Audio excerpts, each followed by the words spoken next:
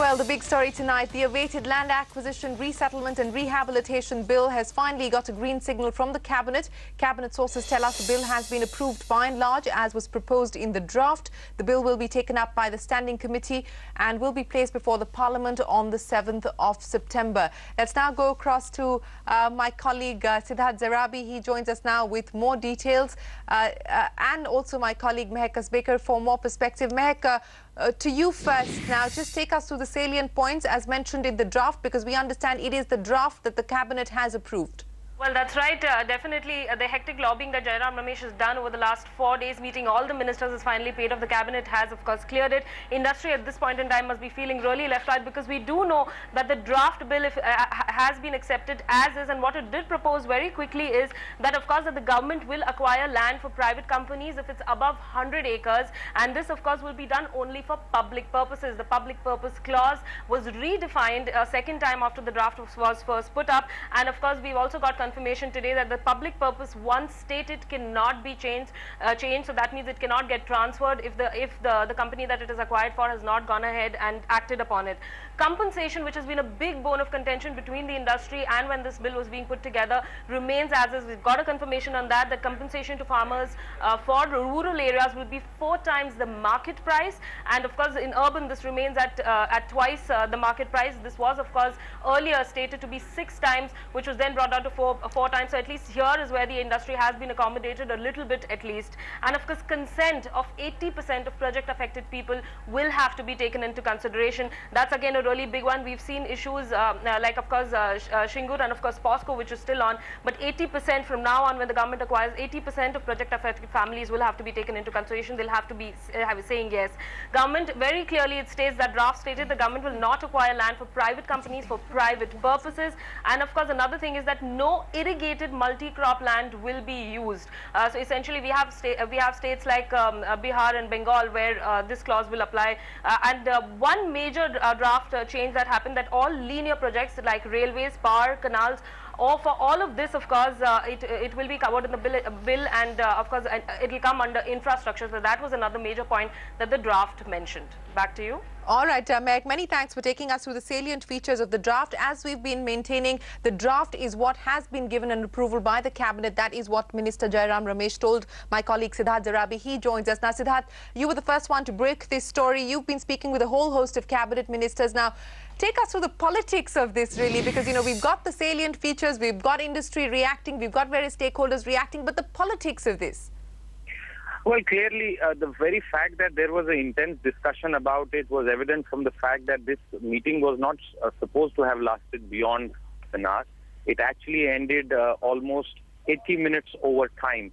And that, in response to that first question, several ministers have told us that the fact is that there was an intense discussion.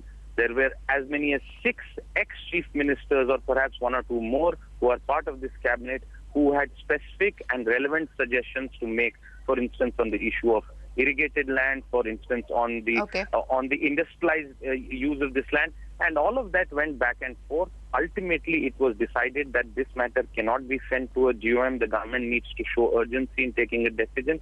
And that's where the suggestion came, that whatever needs to be said and incorporated into the final law will be done by the Standing Committee, which is the normal procedure for any law being made.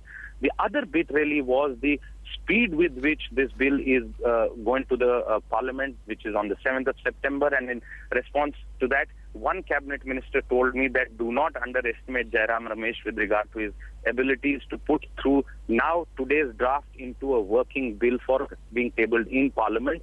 As we speak, perhaps work is going on in the Legislative Affairs Department of the government to finalize the contours of this bill.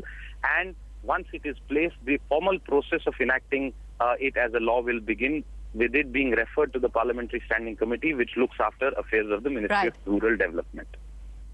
All right, so that's the politics and all of the action that's taken place to get this bill ready to be tabled in Parliament on the 7th of September. But as Siddharth was pointing out, the suggestions that industry has, that other stakeholders have expressed their apprehensions, all of that will now be heard by the Parliamentary Standing Committee. To discuss the implications of this legislation, we're now joined by the President of the Confederation of Indian Industry, Mr. B. Muthuraman. We're also joined by Pankaj Bajaj. He's the President of CREDAI at the National Capital Region.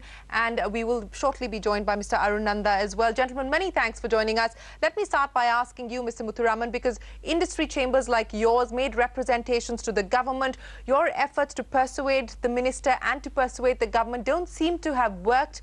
Some changes have been made. Two perhaps crucial changes have been made, given your feedback. But on the whole, while no one is arguing about the fact that we've had an imperfect land policy in this country, that the land policy needed change, that we needed better compensation and rehabilitation and resettlement, you feel, and industry by and large feels, that this bill has gone overboard. Why is that? No, first of all, let me restate the positives of the bill. The bill has several positives. One is, this is the first time that we are having a land acquisition and a resettlement and a rehabilitation bill. Because land acquisition and resettlement and rehabilitation are two sides of the same coin, so which is a positive thing. The second positive thing is, we need to deal with all the project affected families and not only with the losers of the land. So this bill provides for that. That's a second positive. The third positive is that the government is assuming the role of the major land acquirer, because it is in this country especially, it is not really possible for private companies to acquire large tracts of land. So the government is stepping in as a major land acquirer. This is a positive thing. So there is no question. But where is the government stepping in, Mr. Muthuraman? I'm sorry to interrupt you, but where is the government actually stepping in to acquire land for large projects or for industry? Because the government has made it very clear in its draft that the government will not acquire land for private companies for private purposes. No, no. Say, for example, if somebody is wanting to set up a cement plant or a power plant or a steel plant, it is coming under public purpose. That what we understand, the new yes, but the new category we understand only includes railways, highways, ports, power and irrigation. No, I have not seen the bill as it went to the Parliament today. I have seen the earlier one, which is on the public domain, on which we have made comments. And we believe that government should acquire the land, because what happens is, if you want to set up a large power plant or a large steel plant or a cement plant, you require large tracts of land.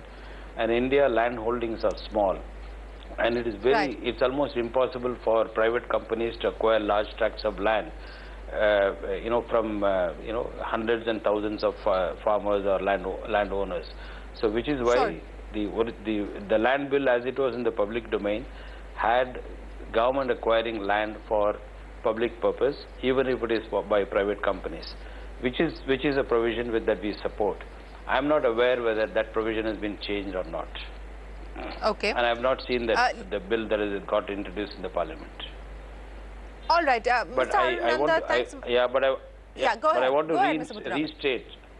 Yeah, I want to restate that it is not really practical for private companies to acquire large tracts of land on its own, dealing with hundreds and thousands of landowners in a country where land holdings are small.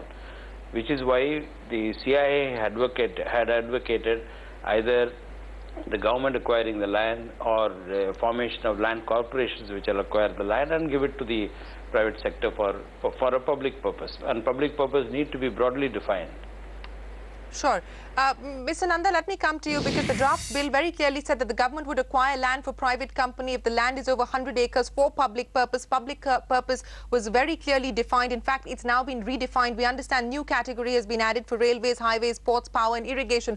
But that aside, the question I'm asking is that while we're all in agreement that we needed a land acquisition and resettlement rehabilitation bill, the feedback that I'm getting from industry through the evening and over the last few months that we've been actually debating this piece of legislation is that the bill in its draft form as it exists today doesn't just increase the cost of acquisition, but it makes the whole process a lot more complex.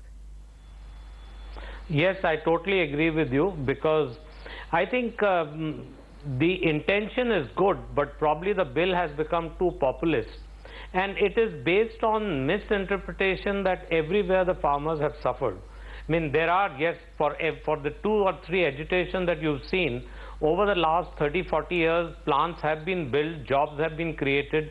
You look at areas like Pimpri Chinchwad in outside Pune, or you look at areas in outside in Nasik, or you look at areas in different parts. I mean, jobs, hundreds of thousands of jobs have been created by acquiring land with the help of the government.